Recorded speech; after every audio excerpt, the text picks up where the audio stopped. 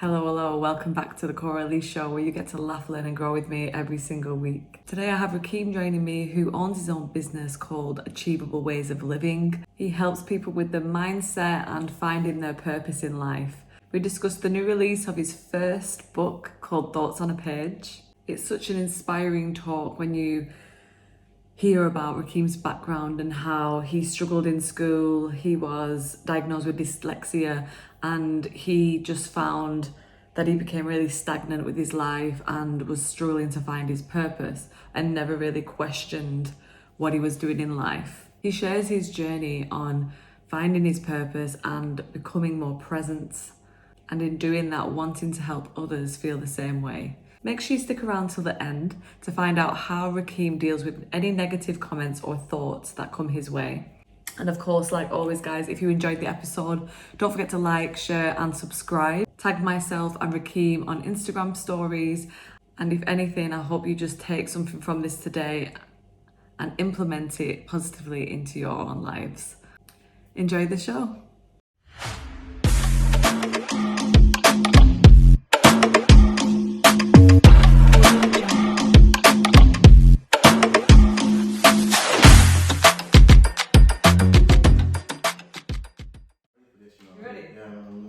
See what question you can ask me.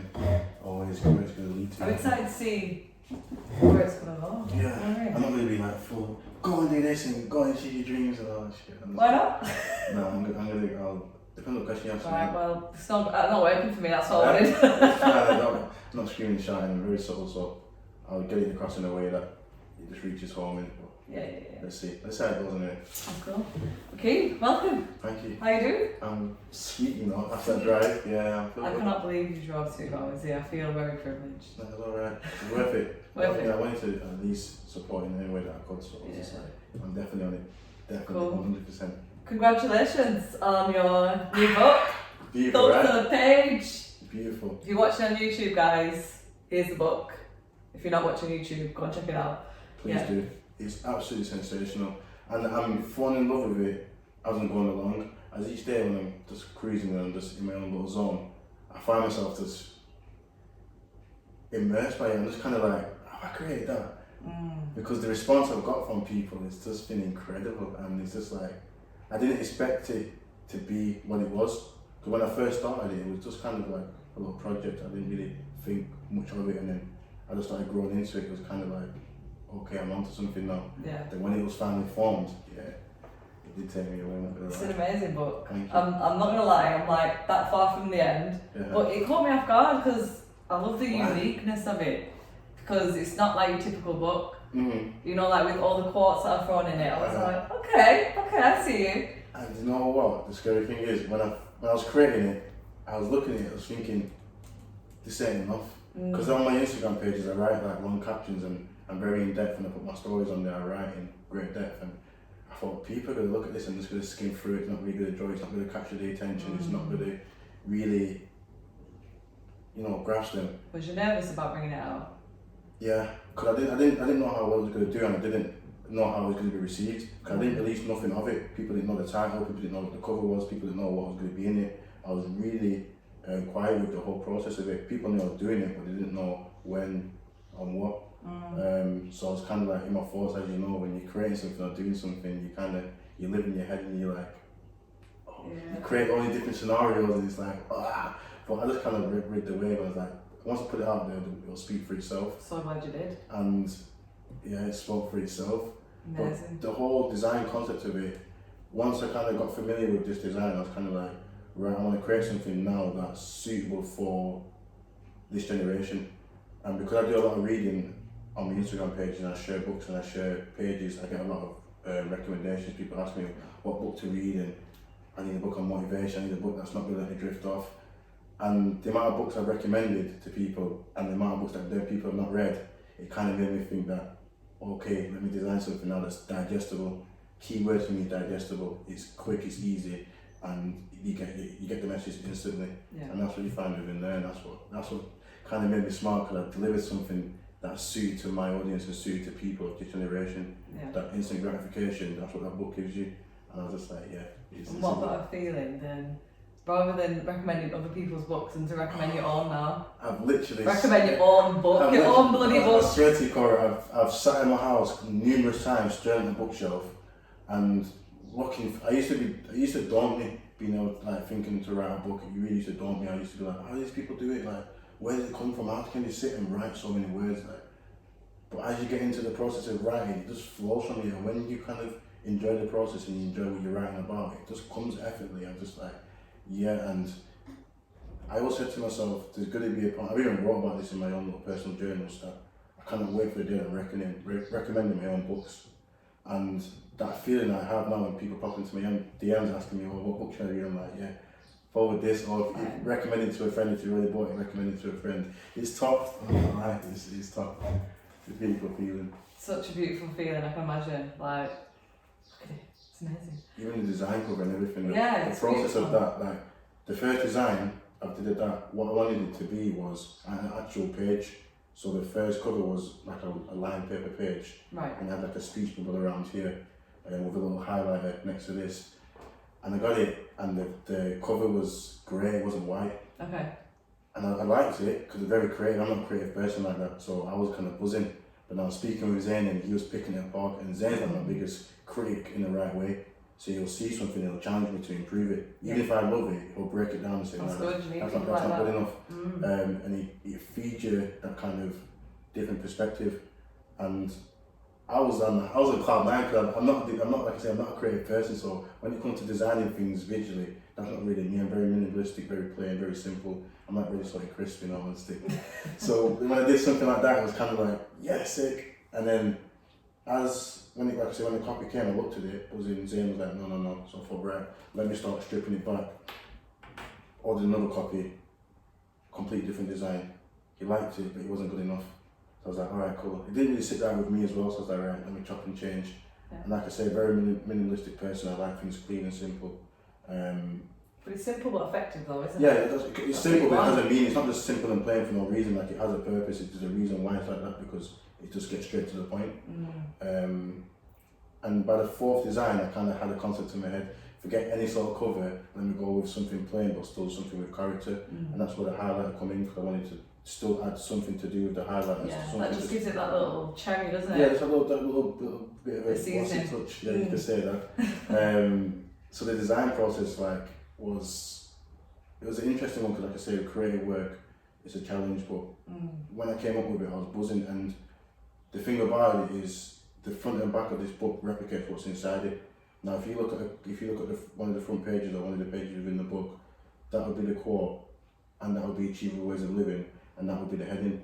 On the back, it's the same thing. So the front actually replicates what's inside the book as well. Yeah, it's all about branding. Yeah, literally. But in terms of writing, your writing style and just writing in general and reading, that's not always been the case, has it? No, definitely not. Like, even my mum's like, she's still kind of not so much confused, but she's a bit overwhelmed for the fact that I actually did write a book. And I love reading, because during my upbringing and during me growing up through childhood, reading and writing was just the most alien thing to me you could ever read. I was sports, anything to do with sports, I'm like, yeah, that is me. And reading and writing, academics, formal education, is, when I say zero interest, I mean like zero interest.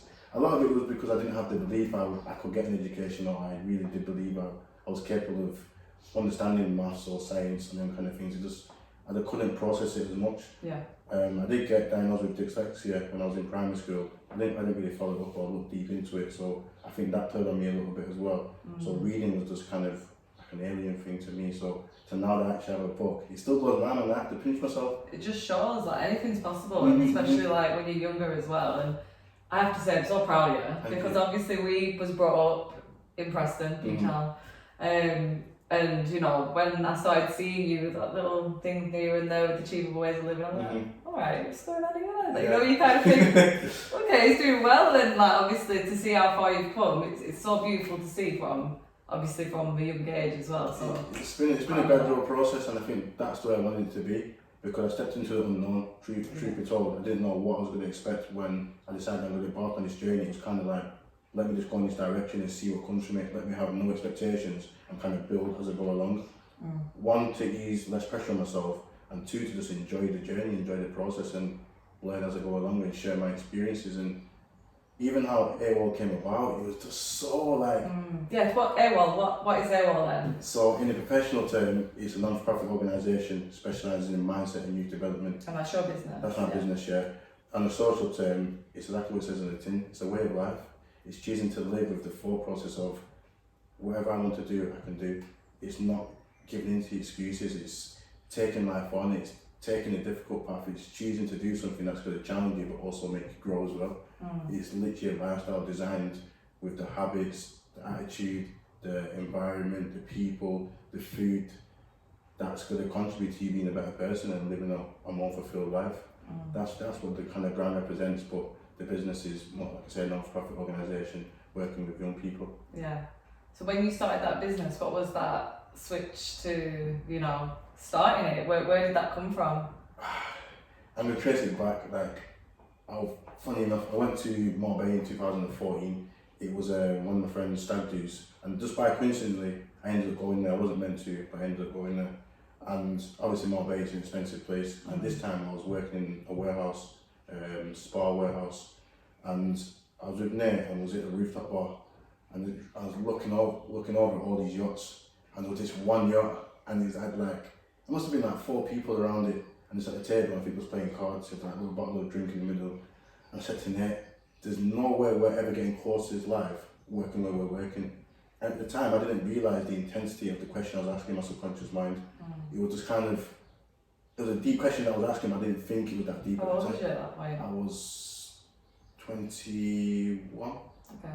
Yeah, 21. So right up until then, there wasn't much change? There wasn't really, from the age of, say, 10, 11, till the age of 18, 19.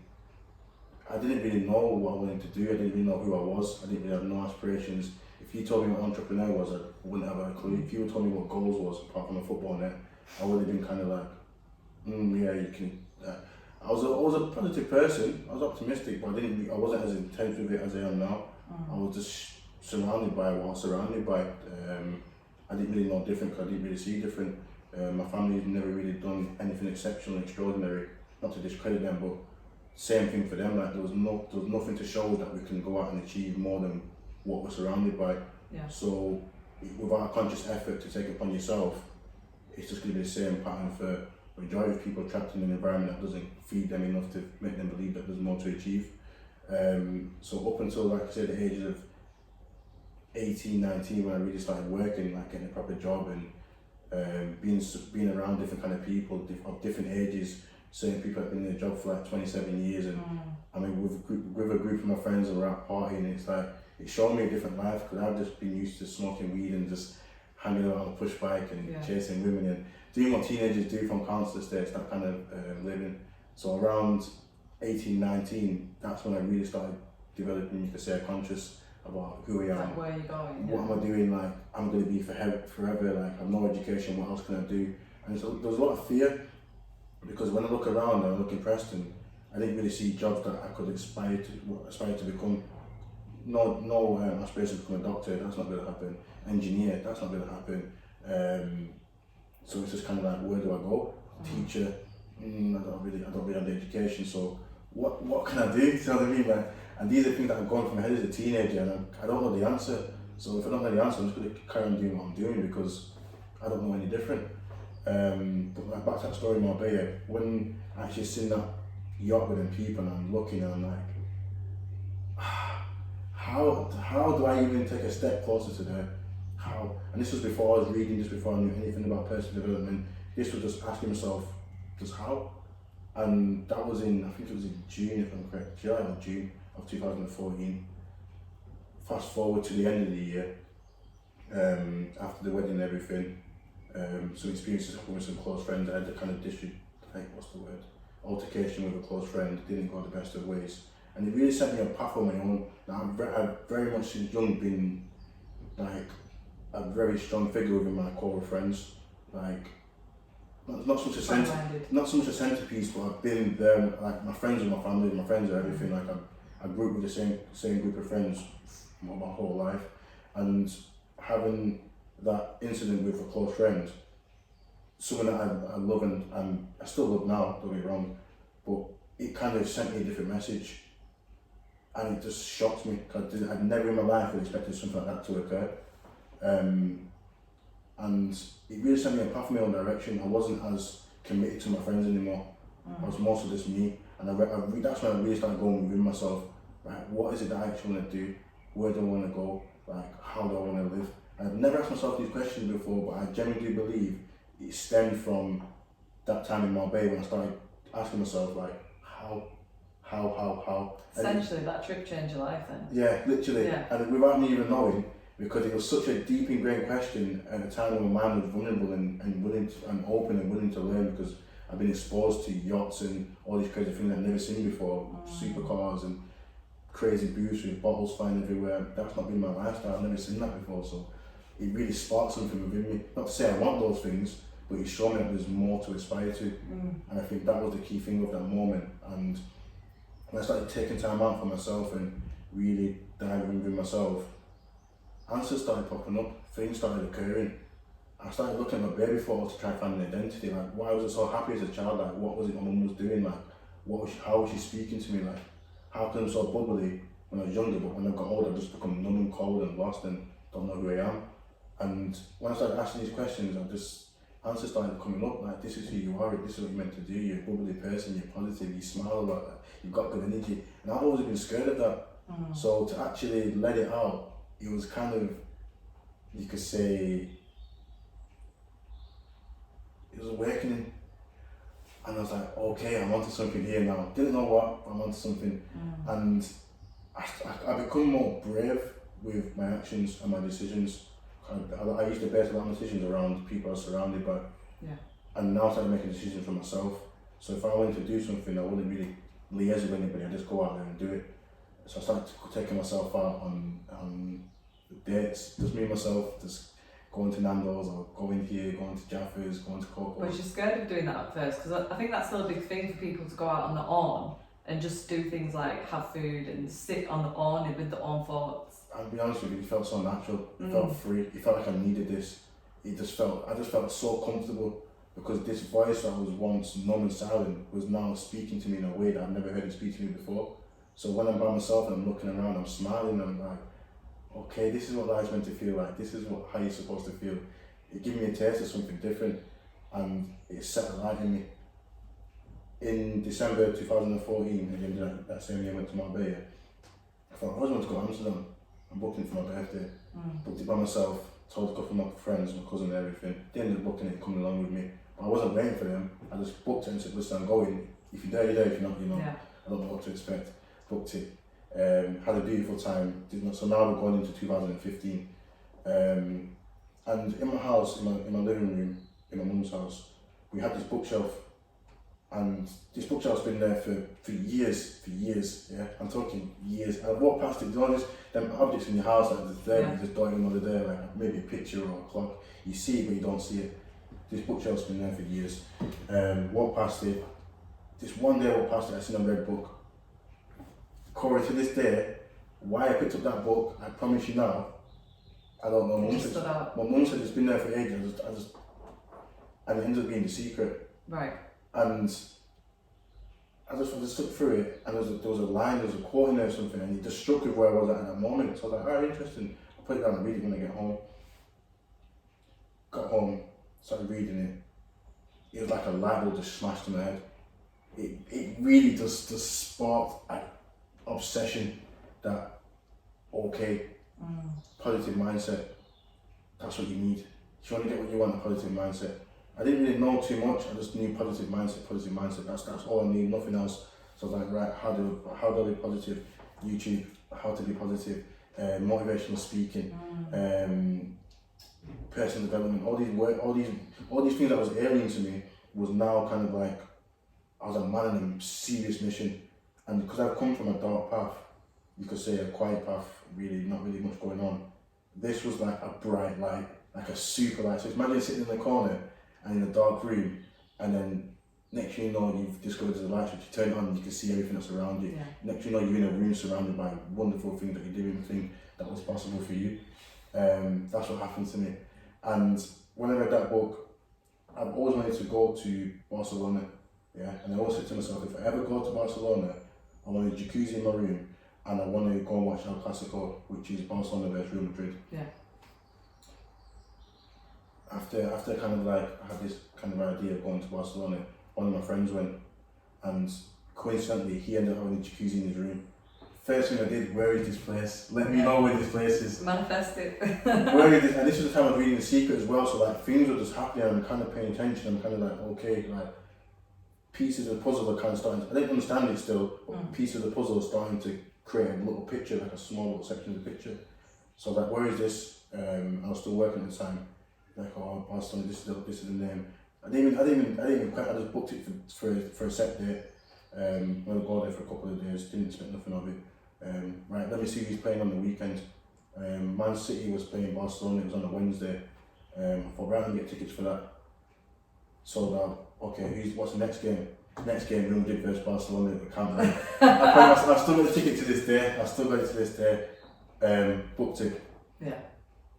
You had to. Yeah, I had to. Like, literally, it was just kind of one of the things where I'm like, this can't be real. It's to the point where it's scary. Like, I'm a big believer in manifestation. It's scary though, because these things I'm thinking, they're just happening. Yeah. And I'm like, what the fuck? Like, excuse my language, like, what is going on? And around that time, obviously, because I found this positive attitude, a lot of people around me wasn't used to me being the way I was. Yeah.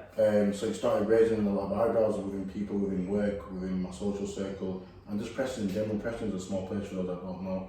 I can imagine. It's a city, but it's more like a village, in it, you could say. Yeah.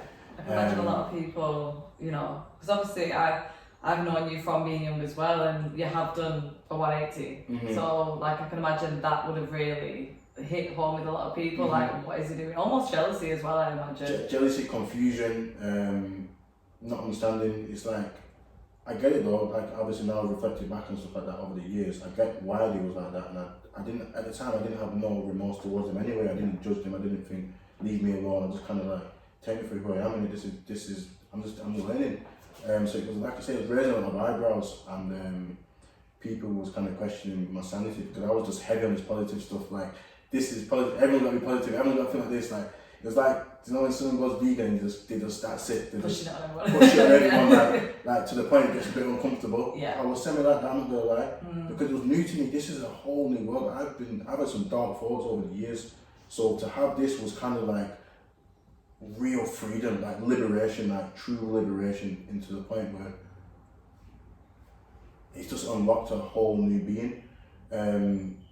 So I was kind of like, this, that, don't say this to me, I don't want to think these thoughts. And I was sitting on my own at work because people was talking, and I got really isolated because people were on that level. No, not so much to the point where I didn't want to sit with them, but I wanted to keep my thoughts pure. Like, I was so heavily involved in it, I wanted to keep my thoughts pure. And the energies. Yeah, and I decided that, you know what, this place really isn't the place for me. I'm going to hand in my notice. Because now I've seen this, and now I know what I'm going to do. I just want to go out and help people find this one. Where is you working? James Hall. It's a warehouse distribution for Spa. Right. You know, Spa, the little shops and petrol stations. Just like the main warehouse for them. So it's doing food orders, collecting the food, putting it onto a trolley, sending a trolley to the back of the truck. That truck gets distributed to all the shops around the country. It's a cool warehouse job. It was good for me at the time. It was beyond what I expected of myself. I was making good money. I had a job, and that was just a good thing to have. I had no education. I don't see myself going to university, no college, so it's kind of like, this for me was a landmine. I'm getting good money at a job where that £13 an hour at 17, 18, do you know what I mean? So it's kind of like, okay, I'll take it. So I'll never criticise that place, never ever. Like, I just won't. It served a purpose. Yeah, 100%, and it was a stepping stone because it allowed me to do certain things. And like I say, because of the environment there and the things that was being said and how things went, like I say, a 180-degree turn, the environment was toxic for me, it was damaging. Now, to have people calling me crazy was something that I've spoke about in public, but not to the certain extent that people know how I was actually feeling, because I felt like, not bullied, but I felt like I was a victim. I felt like I was targeted. I didn't trust nobody. When I'm out in public, I could see people asking me questions they was trying to fish for things, do you know what I mean? They were trying to worm, like, to see if I actually am crazy, and like, did it ever dishearten you to the point where you didn't want to carry on with that journey, or? No, like I was committed. Like, I was a man on a mission. Like, destroying anything that's in the way. So how did you take them, sort of, that criticism? My actions going to speak for me. Yeah. Like, what's the point of me barking back? What's the point of me trying to justify them or even tell them, trying to explain to them? If they don't understand my actions, they don't understand my words. So let my behaviour kind of just speak for itself over due time. And I foreseen where I was going to be, so I knew over time that there's going to be a time when these people come to me for something, whatever it may be. I don't know if they're going to come to me though, because I'm not bullshitting with this shit. Like, I'm fully engrossed in this journey, and I want to become something. I want to do something. So the willingness I had inside of me was more powerful than whatever was being said or, you know, clouded by. So anyway, I handed my notice at a job, and at the time I was going to Barcelona. So what I used Barcelona was as a time to kind of think, am I making the right decision? I went alone. First holiday I travelled to by myself. I took myself a little days, like I said, here and there, but this was the first holiday that I really kind of took myself abroad. How amazing is it? Travelling abroad on your own, I recommend everyone to do it. Honestly, and I've preached that from the day I stepped in Barcelona, and I still preach it now. And it's like, the scary thing is though, is when I got to my hotel, put my bags down, and I kind of like, okay, what now? Yeah. Okay, I'm here now. Okay, the excitement's here. Like, who do I go? Where do I go? I don't know. I'm not doing no research. I don't know what's around me. I just know I've got a hotel that's beautiful, and I'm going to the game on the weekend. That's all I know. Where's the beach? Where's the clubs? Where's this, that, and the other? And it was a time for me to really reflect. Like, I kept myself like a king when I was there. Like, because I was just fully engrossed in a new life. So I'm just like living my best life. I remember there was a moment I went to a restaurant downstairs and in the hotel, and I got a little dessert. Looking at the menu, it's a bottle of champagne. Let me get that. Just sat there with myself, this nice meal, bottle of champagne, and there's people in the restaurant just kind of looking at me thinking, who is this? Like, probably who's this guy? I just sat there with a bottle of champagne, just big smile. Just I was writing. I had a little notebook. I was writing, just in a world of my own, completely engrossed with just life. So I really reflected hard on that holiday, like, if I'm gonna quit my job, what I'm gonna do next, like, where I'm gonna go, what I'm gonna do, how's it gonna look, I've got the finances to see me through, if I don't get a job or something like that, like, how I'm gonna survive. And then once I kind of pitched that up within the first 2 days, I was kind of like, right, let me go out there and enjoy. And during that whole transition, there was a song that I always used to play. I heard it on the radio one time, and I've heard it many times before, but now this song really hit my soul. I feel like I know what it is, but I might be wrong. Go on. Ultranate, You're Free. Okay. I was thinking Extraordinary Being. Even that one, that's a beautiful song. Yeah. That's a beautiful song, by the way, as well. If you ain't listening to that, for the listeners. That song, I heard it, and it spoke to my soul, because that's how I felt. What was the song? Ultranate, You're Free. Right. You're free. Yeah. So like, it's one of them things, like I said with the book, you heard it so many times, but then when you heard it that time, it's... Because it resonated with me. It meant something to me now. Like, because that's what I felt within myself. And there's a club on the beach in Barcelona called Club Opium. I couldn't come to me in my own skin. I went to the nightclub.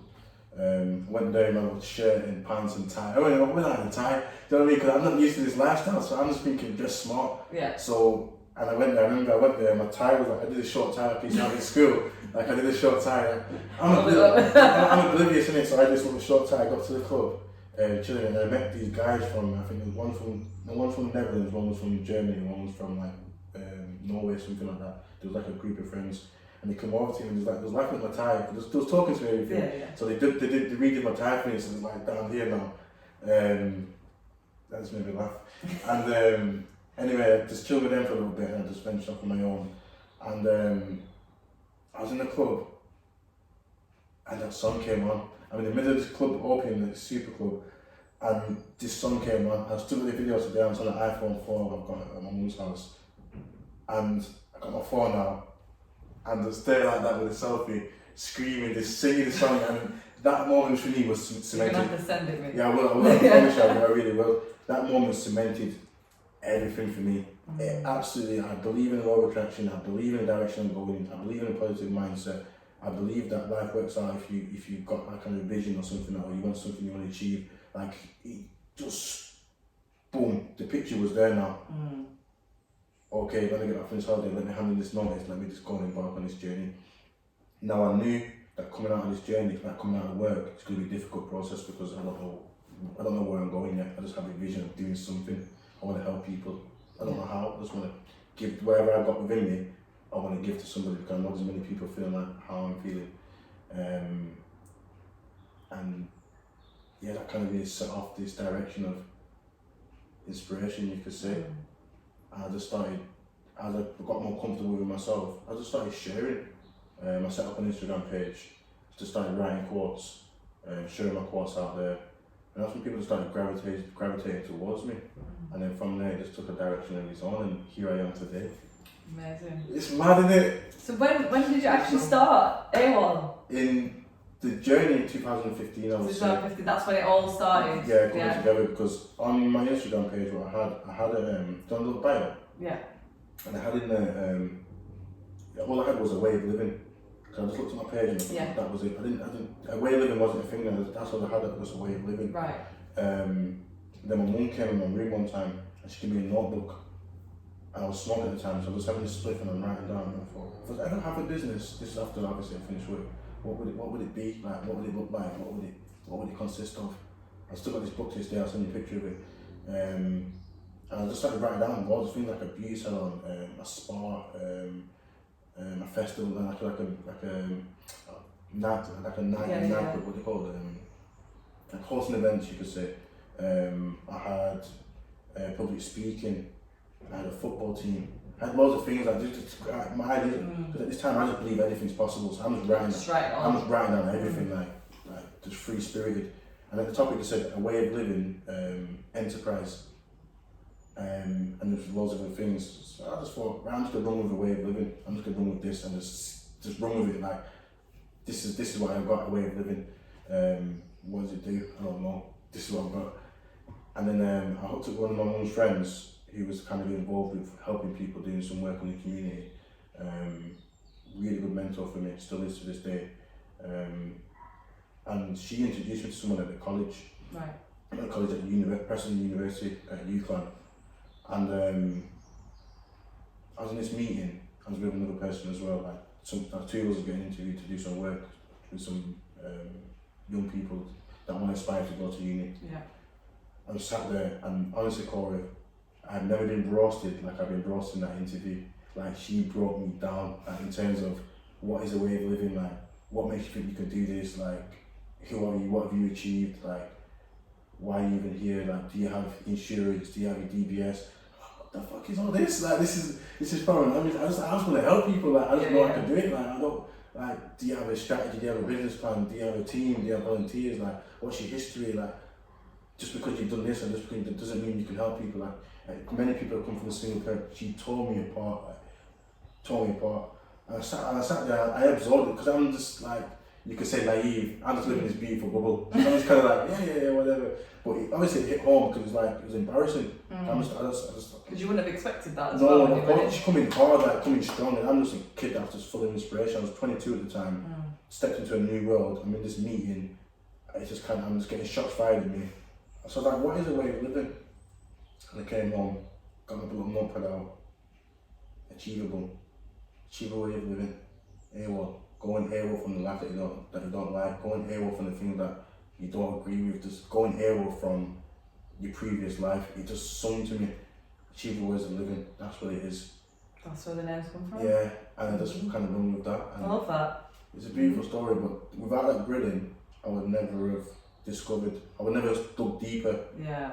To attach a meaning to it. I just kind of would have left it away living it, kind of would have just took its own direction. Yeah, so because we are nice to ourselves sometimes, but when someone just grills you, it kind of makes you question it. It's good because it's just constructive criticism. That's all it was. She didn't know me from Adam. She wasn't being mean to me. I just wasn't suited. I just wasn't ready. Yeah. So I'm just kind of like cool. So rejection is redirection. Rejection is kind of like, if you look at it the right way, it holds a lot of opportunity. Don't take it personal. Take it as opportunity. See it as something positive, because when people do get hit with rejection, they kind of do take it personal. I think 100%. all's gone wrong. Now I could have left that meeting and said, sack this. If you were that way inclined, But I was so engrossed in what I wanted to do. Like I had a deeper meaning, I had a deeper purpose. I wanted to help people, and nothing no one said or nothing no one done was going to stop me from scratching this itch. No matter what said to me, no matter who told me. Well, even my mum could have told me that you're not doing it. I would have said, listen, I'm doing it. Like regardless, I'd have to do this.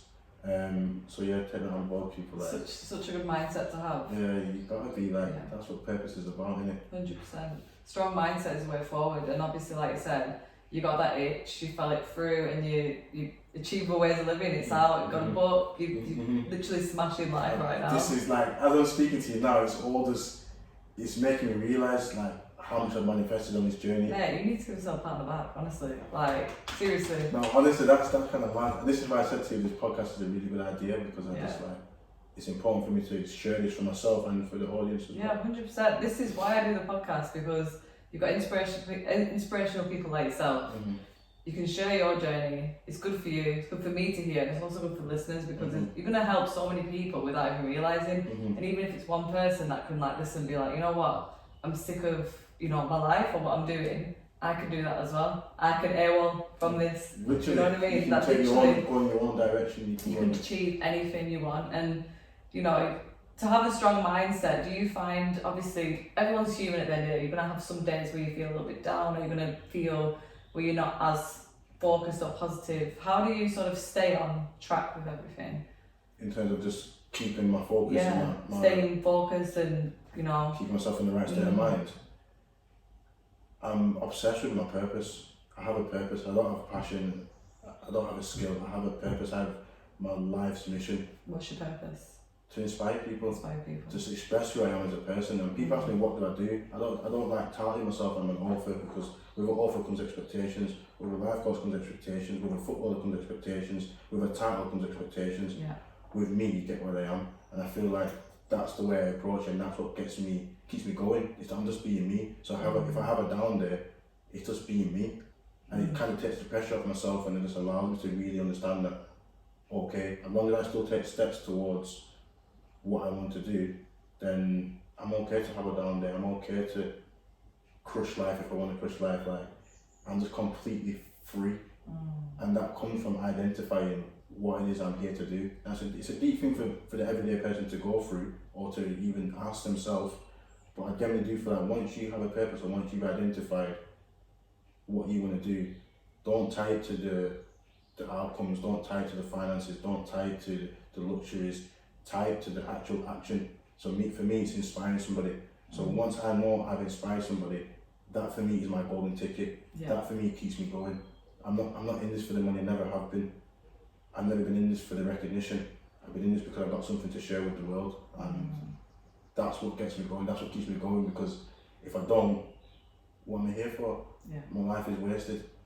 So I just think that's my kind of ultimate drive, is knowing that I've got something to do while I'm here on earth. And like I said, if you have a title, whether it's footballer or if you're doing it for the money, where's the end for that? You know what I mean? There's no end for money. You get money, okay, fine, if that's your purpose, you know what I mean? But like I said, if you're inspiring people, you can keep doing that in different ways. So you're doing it with the book, you're doing it with even little Instagram posts, and now on the podcast, like, there's no end. No, it's just freedom. It's just detaching myself and attaching myself to me, and just being me in the most rawest, authentic way I can be. And it took a long time to get here. It took a lot of effort, a lot of sacrifice, a lot of introspection. That's my strongest skill, I would say, my introspection. How I'm able to go with myself to do a SWOT analysis, to understand me on such a deep level that I'm like, right, this is who I am, this is what I do, this is how I conduct myself.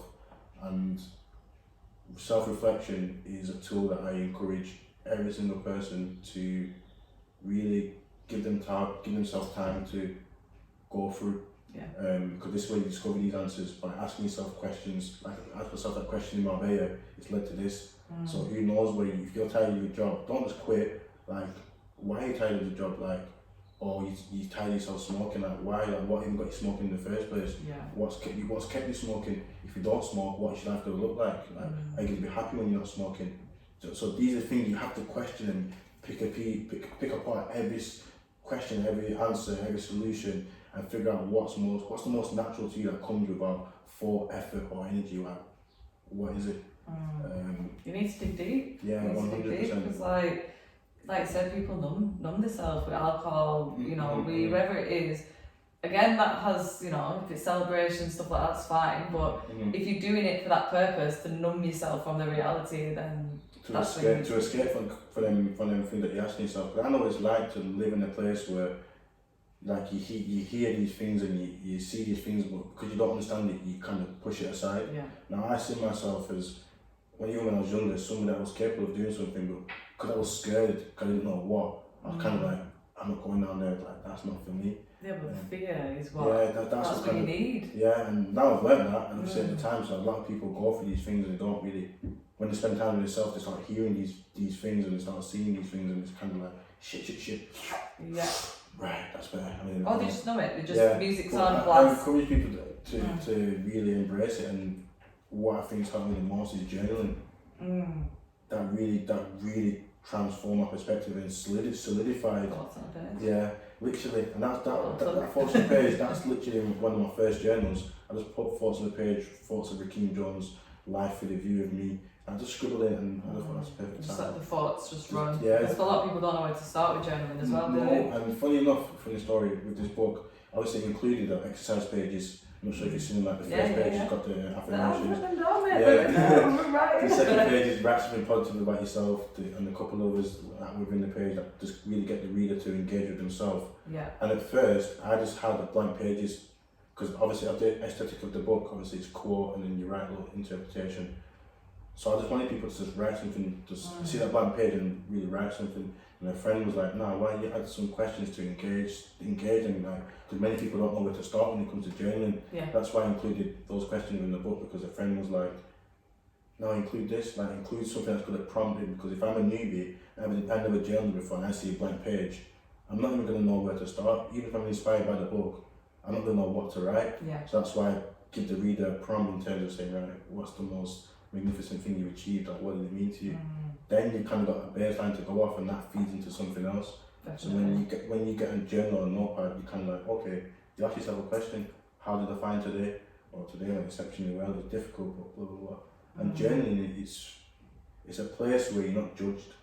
It's a place where there's no feedback, there's no criticism, there's nobody to call you out or nobody to say any different. Like the page just accepts your word for gospel. And essentially you're calling yourself out, because you know, that's for you to write down. And I write my frustrations down, I write what I'm scared of, I write absolutely everything in terms of, because it's free then. Once it's out of my mind, I've got space to think creatively, I've got space to think inspiration, I've got space for more positive ideas to come in, because I've let go of the garbage. And once it's on the page, it's free, it's out there. I can rip it up, I can throw it, I can burn it, I can keep it, I can reflect on it. Like, it's out there though. Because once it's out and you're in a positive state of mind, you've got to attract something positive to come in, and then you start writing positive things, and then you've got a good cycle going on, because you're writing positive, you emptying your mind with positive, and you're around positive things, so you're stimulating more positive thoughts, and it's just a repetitive cycle, and this becomes second nature. Yeah. So now I get a notepad, I could write you 7 quotes in a row, just off this interview alone, and that's because it just becomes such an ingrained habit and a process of, this is how it works. It is habits though, isn't it? Like, once you form them habits, like obviously we were saying before about, before the podcast, about getting up early. So at first, like, you've not always got up at 4 o'clock. Unless I'm going on holiday, I probably up early. Other than that, it was kind of like up for work, that kind of thing. So that's a habit. You had to form that strong habit of getting up early every day and showing up every day. And I think with the writing as well and journaling, a lot of people, even though it's just to yourself, people are still scared to write. They've got that fear of actually writing something. I don't know what to write. Even write that. Yeah. I don't know where to start. Or they won't be real with themselves and say, yeah, I've had a good day, but then they won't go into depth. What's been good about your day? Like, what's been bad? Yeah, what's been bad? What's made your day good? Like, what do you think of your co-workers? Do you think they're bricks? Do you think they're amazing? Like, what are the traits that you see surrounded by people? Do you like them? Like, what is it that's going on within your mind? Right now I feel like I'm shit, I feel like I'm nothing, I feel like I'm never going to do anything great with myself, I feel like I'm a waste of space. Get it out. Get it out. Yeah. Once you've got it out, then, like I said, then there's room, then you start feeding yourself things that contradict what you wrote. And it kind of makes you think, that's what I was really thinking, but this is what I've done. That doesn't make sense. this is who I am.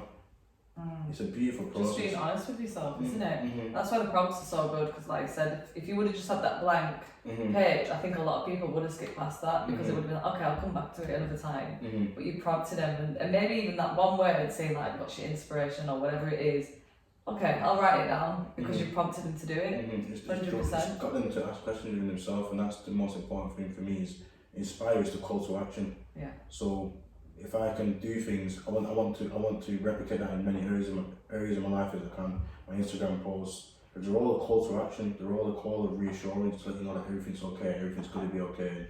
Life is what life is, and take steps towards whatever you want to take steps towards. Like if you want to do whatever you want to do, run towards it fearlessly, because at the end of the day, it's a win-win situation, because you'll either get experience or you succeed. And in my eyes, both succeeding in experience is just as important as getting the actual goal. Of course it is. Failure is. Yeah, and I feel like that's why I'm so heavy on just go do something, even if something little. Like even the podcast with myself, I was sat there for time thinking, right, how do I want to look? Just run with it, Rick. Just run with it and just build it as you go along. That's how I started my journey. I just ran with an idea and built it as I go along. With every step I took, I put a brick in front of me, or you could say a slab. And every step a slab. After that slab, there's nothing there. Yeah. But the experience is what I've learned from that first slab has kind of allowed me to put more slabs down and keep moving forward. Consistency. Consistency. That's a big thing as well. Obviously, is key. It's one of them things where people don't start because of fear of getting it perfect, and then they just don't end up starting at all. Like I could have quite easily just ran with not starting this podcast, and obviously first one, the mics weren't the best, and then something else. But then as you go along. But your first one to this one now, the transformation would be incredible, because I genuinely do. When you believe in something, when you have a passion for something, or you like something, you naturally want to improve it. You want to learn.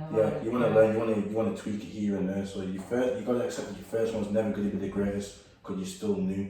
But if you something that you truly do believe in, you're gonna want to improve it. So your first one compared to your 10th one is going to be crazy. So your first step compared to your 10th step going to be crazy. But people only see the first step and think that's it. This is going to be me forever. Yeah. They'll see the first podcast and think, right, this is what my next one's going to look like. But no, if you like it, you're going to think, right, I need better mics, I need better lighting, I need a better guest, I need to add this prop here, because you want to. And that's why it's important to take steps on the things that you genuinely do enjoy and you genuinely do love. Don't take a step for the sake of it, because you'll get disheartened by the first attempt. Yeah. When I first did my YouTube videos, I sat there with my laptop, HP laptop, with my headphones in, like just going at it. But now look at my videos now, they're completely different, because I knew that with time I will learn, I will develop, I will grow. I may take a break, but within that break I'll pick up things, I'll look around, and then when it's time for me to come back, I'll come back strong, I'll come back on fire. I did my last YouTube video, just to fully press ups and 5k a day. Like even just the whole editing process of it, and the way it's structured and how I've gone about it, compared to my first video, it's a game changer. Everyone will tell you the same thing. No one's first video was perfect. No. And I think the key thing as well is it's yours, not someone else's. You can't compare your chapter one with someone else's. No. Absolutely not. And I've not done any of my notes, so it's all good. It's fine.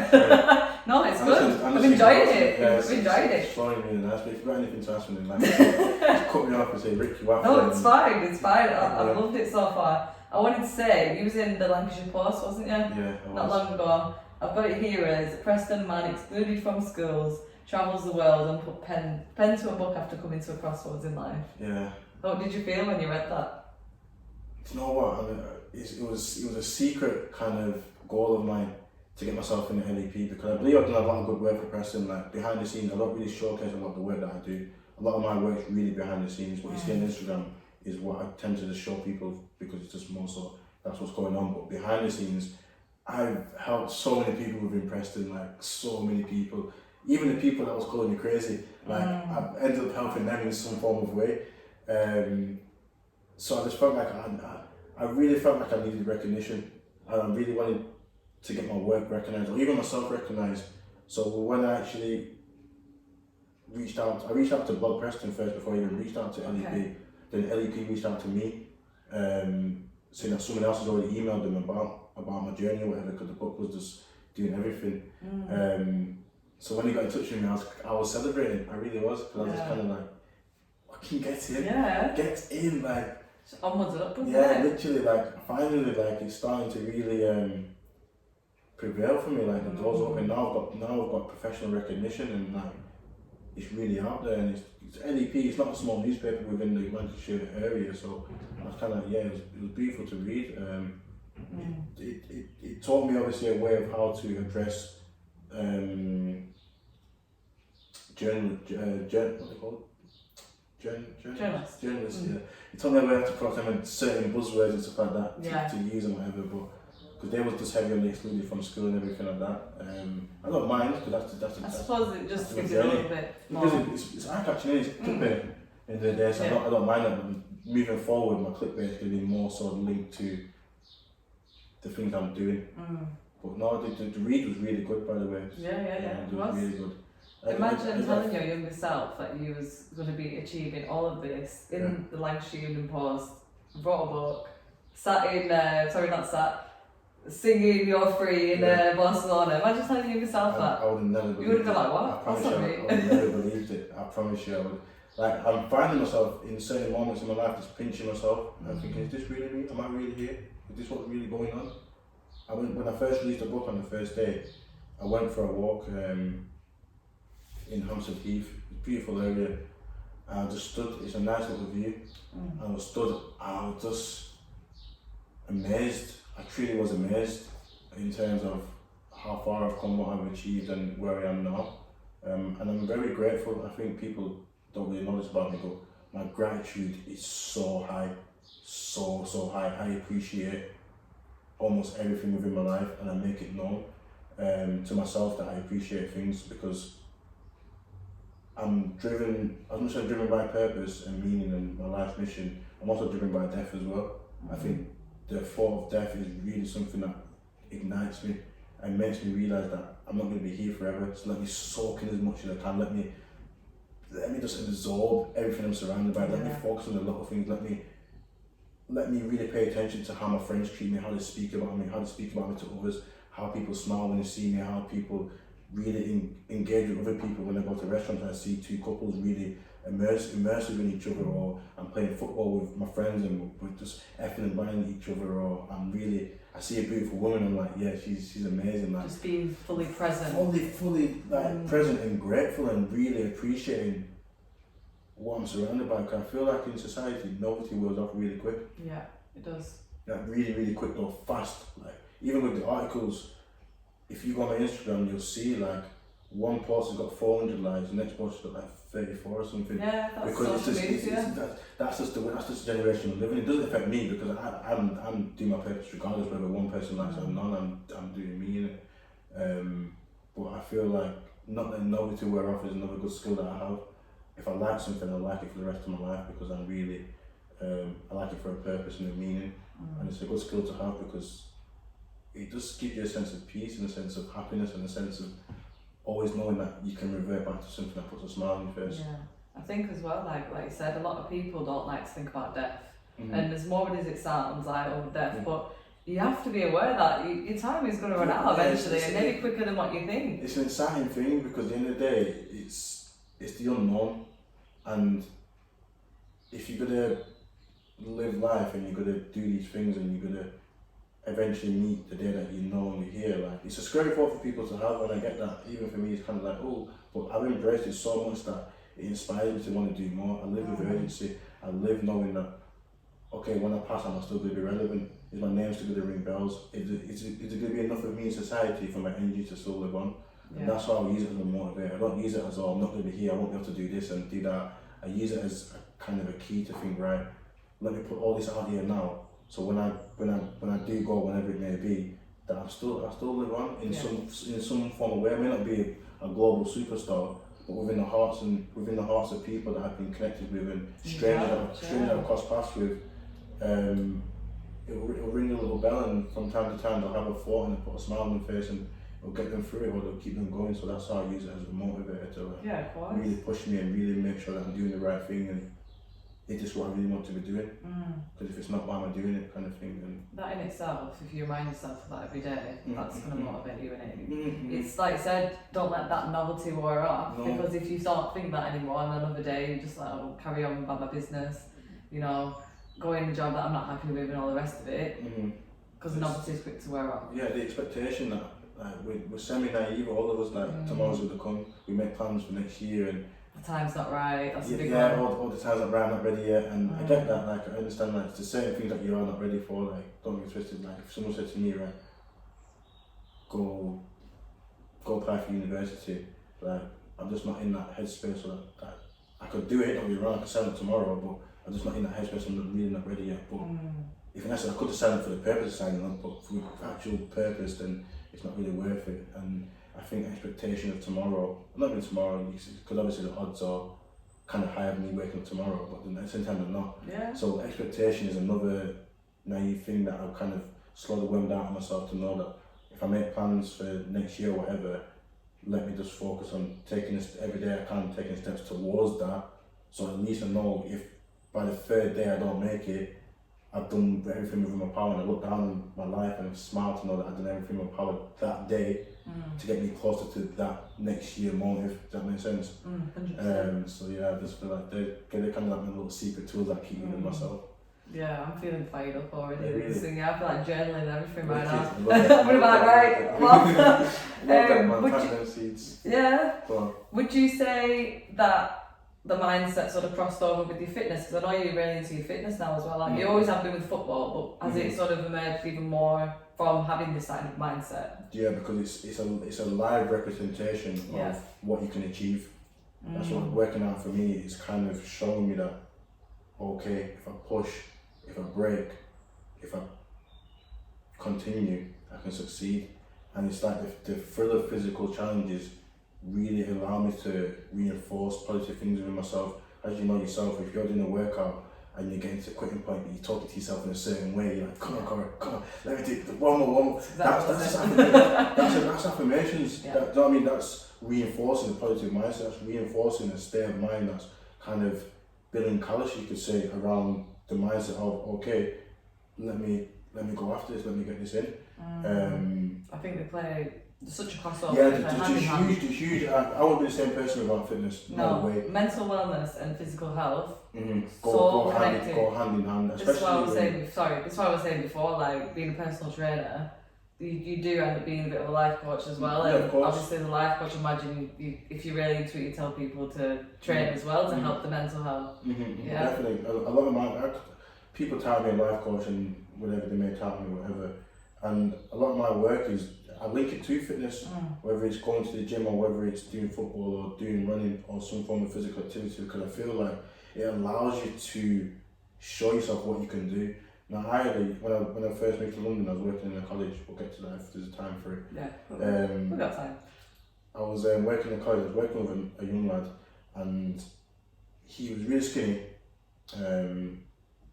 He was full of this burning desire to do something, or he was full of something, but he just didn't have the physicality.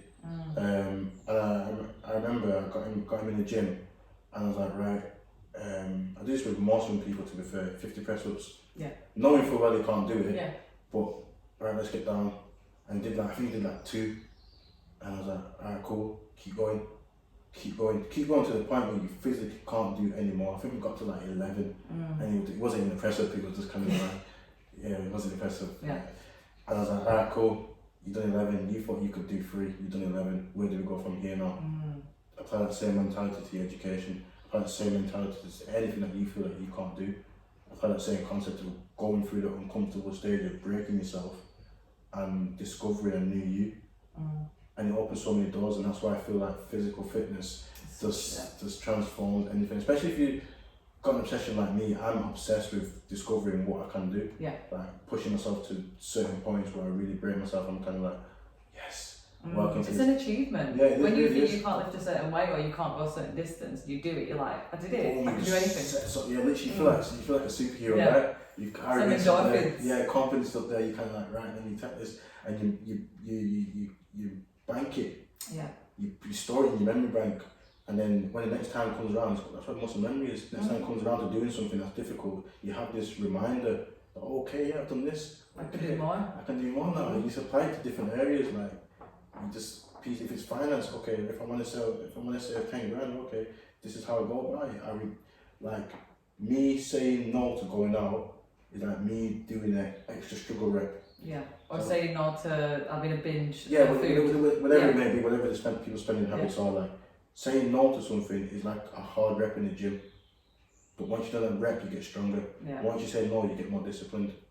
It's the same concept. So I use fitness not just as a way to physically improve myself, but as an analogy to strengthen my mindset as well. So it just goes hand in hand. Yeah, I feel like more and more people are training for the mental health now, of course. which is amazing. I think it's much better than training for aesthetics, personally, because there's no end to that. Just how good we're going to look, like when you're going to be fully no satisfied. No one's ever happy. Because when you're satisfied, then it's about maintaining it, and have you got the mental stamina to maintain that kind of work ethic to me? Like, your body's going to fluctuate anyway. Like, you got to binge, you got to eat well, you got to go through different periods. So just do it and enjoy it. Like, obviously, if people have certain weight goals, I get that. Like, that's understandable. Like, you want to wear certain things, or you want to look a certain way to a certain degree. Then yeah, I get that, but don't over obsess over it. Yeah. Just like, let yourself have fun. Let your body be what your body's going to be. Like, I've never trained to look a certain way. I've just trained, my body's ended up adapting and looking the way it looks. I've never thought that's what ends up happening. If you train for performance, then the aesthetics come anyway. Yeah, literally. You're like, oh, look at this. Look at this. What's popping up? Yeah, where did this come from? Yeah. This, that, and the other. So it's just a lifestyle. Comfortable, confident, and strength are the three things I say. Come on, the day values. Yeah, feel comfortable within yourself, confidence, and strength. Yeah, feeling strong. Yeah, feeling strong is an important thing. I've recently just started weight training as well. Like, I've never really been a weight trainer. I've more been like endurance and kind of muscle fatigue kind of thing. How do you find it? Challenging. Which is good. Yeah, it's outside my comfort zone, and like I can hear my brain playing games with me. But like I say, Zane's one now is like, because I love him so much, like his words, what's the word? Gospel to me. Yeah. So I know he's doing it because he sees something in me. So I'm like, no matter what my brain's telling me, do it because Zane thinks I can do it. Do you know what I mean? So like, let me do this. That's good to have them people around. They do say so you're like the most the 5 people around you, aren't you? Yeah, you're surrounded by your environment, the positive environment, you could say. And there's not just Zane, there's many other people that I do really adore, and like I say, my friends are like really my family. Like, they really like. If they tell me to run 500 miles, I promise you I will do it. I won't even question it. Like, I live and breathe that because I genuinely do appreciate it, and I know why I do. Hence, go back to being grateful for so many things and appreciating nothing, novelty whereof. I understand the true value of them, so I'm fully engrossed in them. I love them to bits, and as I've got older, I've become more expressive with it and really let them know that I love you. Like, I really do. I wholeheartedly love you with all my being, and whatever you need from me or whatever you ask from me, like, if I can do it, I'm going to do it without question. Like if you feel like I can do something, tell me what it is you think I can do. Yeah. I'm going to go out there and try, because you see it of me. I can't see that of me, but you can see it of me. So let me go and discover a new version of myself. I feel like a lot of men should take a lot from that, because a lot of men struggle with mental health. I know women do as well, but there's a big thing about men, black men, struggling with mental health and not, expressing themselves, especially to their friends, saying that they love them, because obviously then it's all the emotions and everything else that they us as not being a man, which is ridiculous. Like, it's stereotypical as well, because like with the certain environment I grew up in, it's like you hear these words, love you bro, like people just hear casual. But they say bro at the end. Like they come with all these just slang words you could say, but the true essence of loving someone and really showing them that you appreciate them and showing that you value them, like that for me is just normal behaviour. Like expressing myself, I've become more comfortable with it now, obviously, as I've learned. When I was younger it was a bit more difficult, but now as a man I feel like it's important. I think that's what a man should do, right? Express himself and really show the world who he is. Like, if you want to be an alpha, you want to make your way in this world, you can't be shy, can you? You have to really let the world know that here I am, I'm roaring and you're going to hear me roar, kind of thing. Like, so that's just me expressing myself. I'm letting the world know that I'm vulnerable and I'm comfortable with being vulnerable, and there's nothing that's going to stop me from being like that. So that's power within itself, more power than me having an ego and me shutting off and having a screw face and denying the fact and running from these things that really make my heart warm. Like, I'm open about love, I'm open about just appreciating things in life. I'm open about, I love colouring, I'm open about journaling, but at the same time, don't cross me because I'll bite you. Yeah. So I have, like, do you know what I mean? So I've still got my ego, I've still got my pride, I've still got my masculinity, but at the same time, I've learned to understand that being vulnerable is the most powerful thing you can ever be. In the right way, obviously. Yeah. So have you got love in your life at the moment? No, I haven't, no. Your girl's gonna ask you that. He's like, no, I haven't, like, no. I'm one of them things with relationships, I take my time in it, like, I did have a relationship in 2015, which is a long time ago, and it's one of them things where it opened me up to a new me, because it was at the time I was going through a transition as well. Yeah. So 2015 was obviously, like, you know, crazy year for me, Barcelona, quitting my job, discovering AO, so there's a lot of transition going on, and during the relationship I was very reserved, because, like, love, like, again, it was a new thing for me.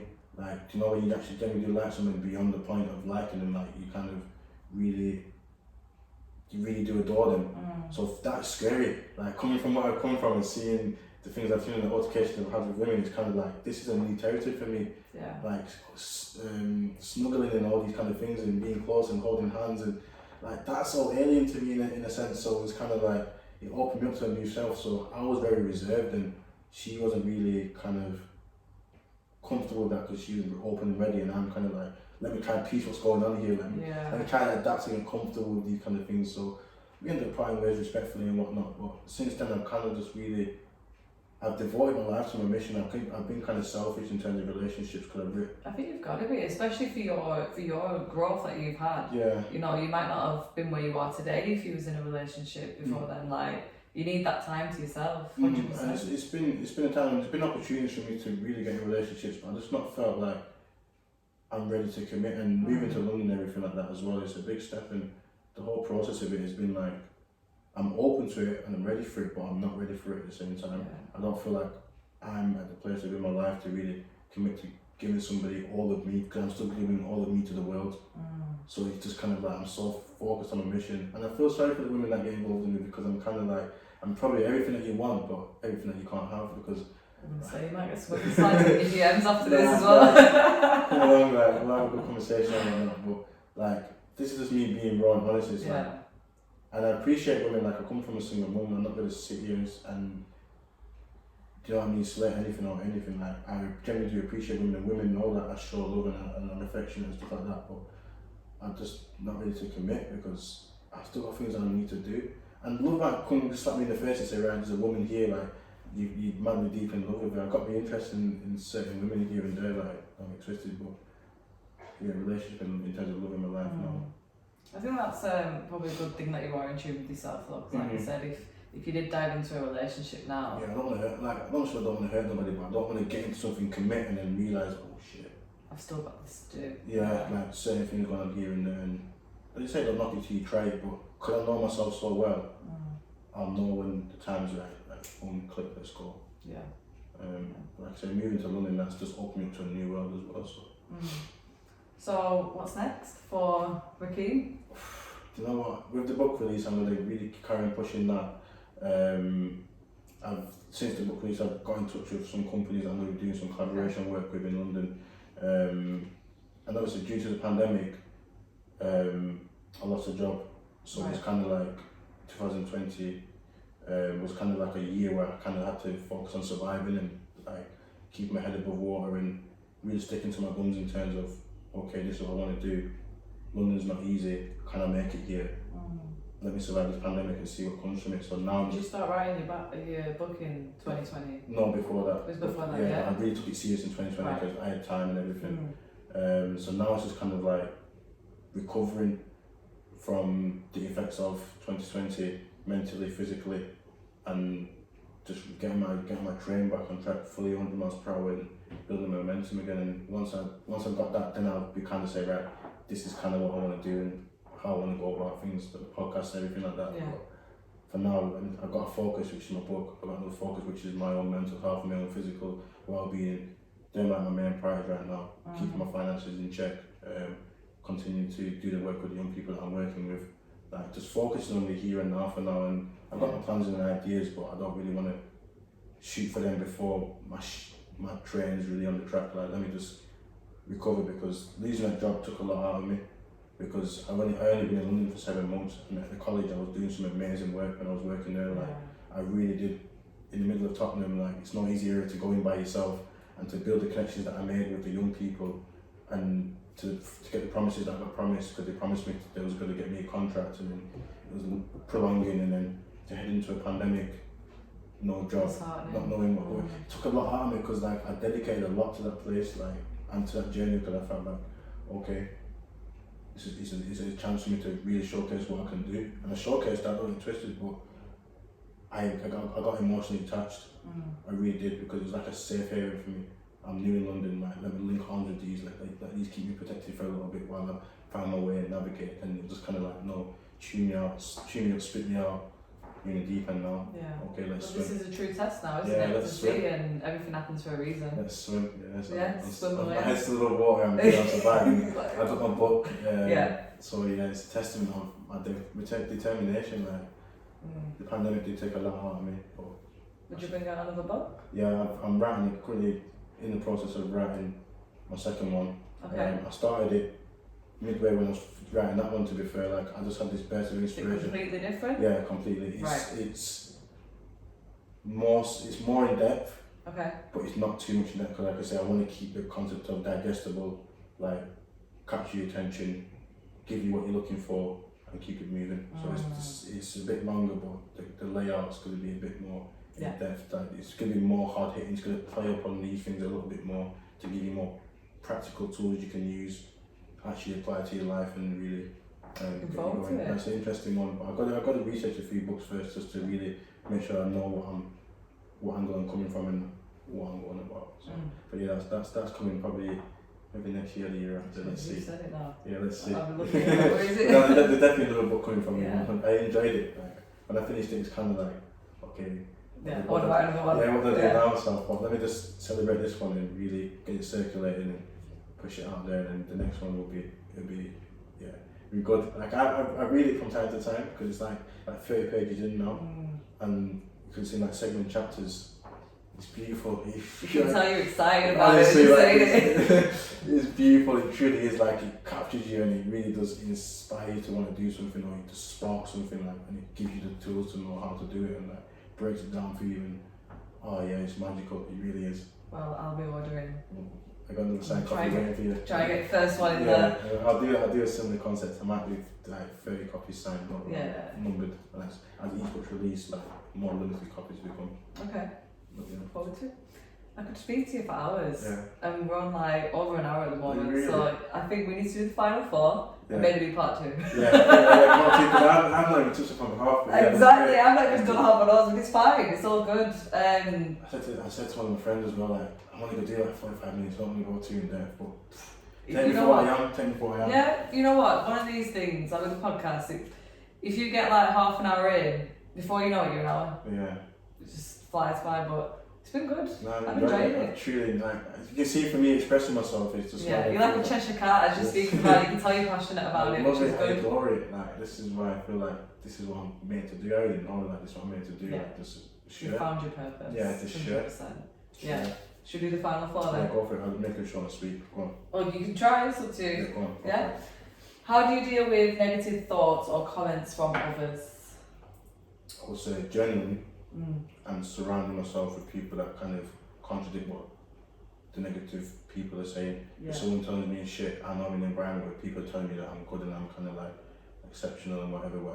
So I just kind of anchor myself to that more so towards them, the negative thoughts. And if it is a negative thought and it does serve a purpose, I'll take it as constructive criticism, digest it, recycle it, and make me a better person. Yeah, and like you said before, you question it. Yeah. Why is it? Yeah. So I kind of like, just recycle it and just convey it. Favourite quote or a piece of advice? You've got a few, Yeah, I've got a few. Don't say a few for one. But Your few favourite? My favourite, the first one that come to mind was be the change you wish to see in the world. I think that's kind of what drives me. That's the first one, and there's another one. Something about the unreasonable man. I don't know it word for word. Okay. I don't know. I'll send it. You can post it on. Send it up, put it in the or something. But I like the other one. Yeah. Do that. And the best piece of advice: be free as much as you can be free. Like let yourself live. be open, be expressive, be creative, be flexible. Did someone give you this advice, or no, this is from you? This is your own piece of advice. That's me advice what someone's given me. Yeah. That's advice someone's given me. And you're not stuck with you? Yeah, like, be patient, Rick. Just be patient and enjoy what you're doing.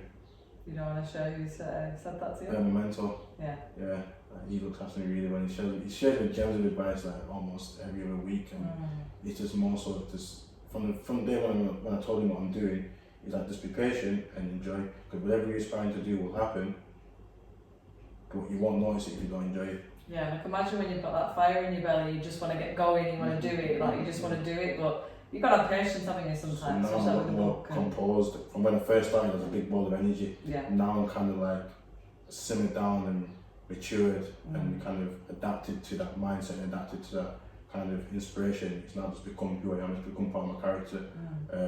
So I just kind of let myself marinate in all the beautiful inspiration and just become one with it and really just push it out there in the world. Yeah. So this is my part of enjoying it and being patient. To become the best version of you. Yeah. What is your biggest failure and what did you learn from it? I want to be brutally honest. Yeah. My biggest failure.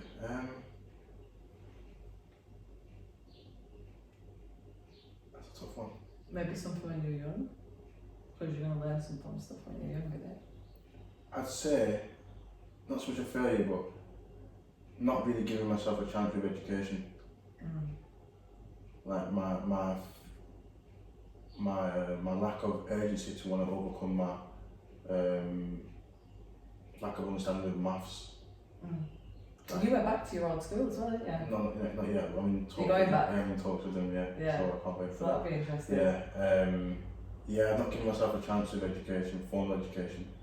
I think that could open up so many doors for me, but it's just one of them battles that I'm still. It's like trauma, you could say, because I really didn't believe I was capable of not so much anything really, but education in particular. I really had this inferiority to it, like it was a really big burden over me, and I didn't really push myself enough to want to overcome it. I just kind of accepted the fact that I'm not good at maths, and that's not me. That's why I know it's got a strong hold on me, but I'll get there. I think as I'm getting older now, I see it, and I'm working with a lot of young people, I see it as a thing that's like, at my age I shouldn't really struggle with maths. Do you know what I mean? But I'm kind of escaping from that route, and over the years I've really been getting closer to it. Like I've got my sister's fiance to like give me maths papers and stuff like that. I've got them in my house. I've not got down to doing them yet, but like I've took steps to overcome it. Like, and I will get my GCSEs. Like, as bad as that sounds, like, I will get it, and I will go on to do some great things within the educational sector. But yeah, I said that's my biggest. Yeah. Because like in terms of like pursuing huge things, I've not really done that to experience like failure, and every failure that I've maybe experienced, it's not been a failure in my eyes, it's just been an experience. So maybe that's why I can't really give you a clear answer on that, because it's experience for me. So I suppose, like you said, that's a good one about your GCSEs, because if I was being brutally honest, that's what I would say. Like my biggest thing is like I've not really pursued my GCSEs. And what have you learned from that you can still do it now? The kind of thing is, I know I can. Like, I know I've got the tools, I've got the skills, I've got the attitude, I've got the mindset. It's just putting me in procrastination, you could say, and I'm prioritising other things because it's not really a strong focal point. It's just something that I can do at any time. The urgency to do it is just not there. But because I've got like other things, I'd rather write my book before doing GCSEs. You know what I mean? But I'm slowly getting there. Do you think when you was in school, do you think it was more yourself to blame and not focusing, or I'm not to put fault on the school or the school system? Because I know a combination of both. Yeah. Because the school didn't cater for my learning style. Obviously, I'm an entrepreneur, so me being in school and learning the things I wanted to learn was processing in my brain. It's not related to what I'm being taught in the classroom. Yeah. So it's about school adapting to children that don't really fit. I don't really grasp what's going on in the classroom. It doesn't mean they're inadequate or they can't learn. It just means that they're processing different things. They want to learn about different things. Like this is where I come involved with schools, because that's where I come and teach. Yeah. But what's missing or what's needed for that young person that the whole systems give up on. But I see a gem in that young person. I see someone that can go out and do something, because I see a me in that person, and I've become something. So, well, in my eyes, I've become something to me. So they can become something too, and that's why I have hope, because there's people like me all over the world, and they're doing what they can. Maybe it will never change on a global scale, but individual actions will.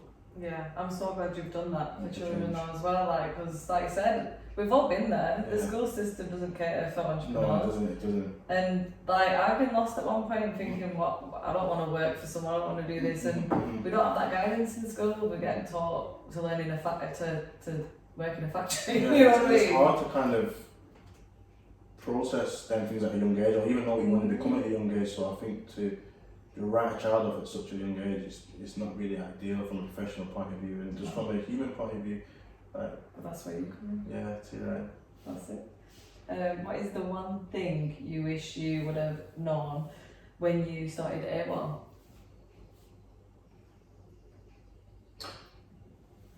The power of building a community.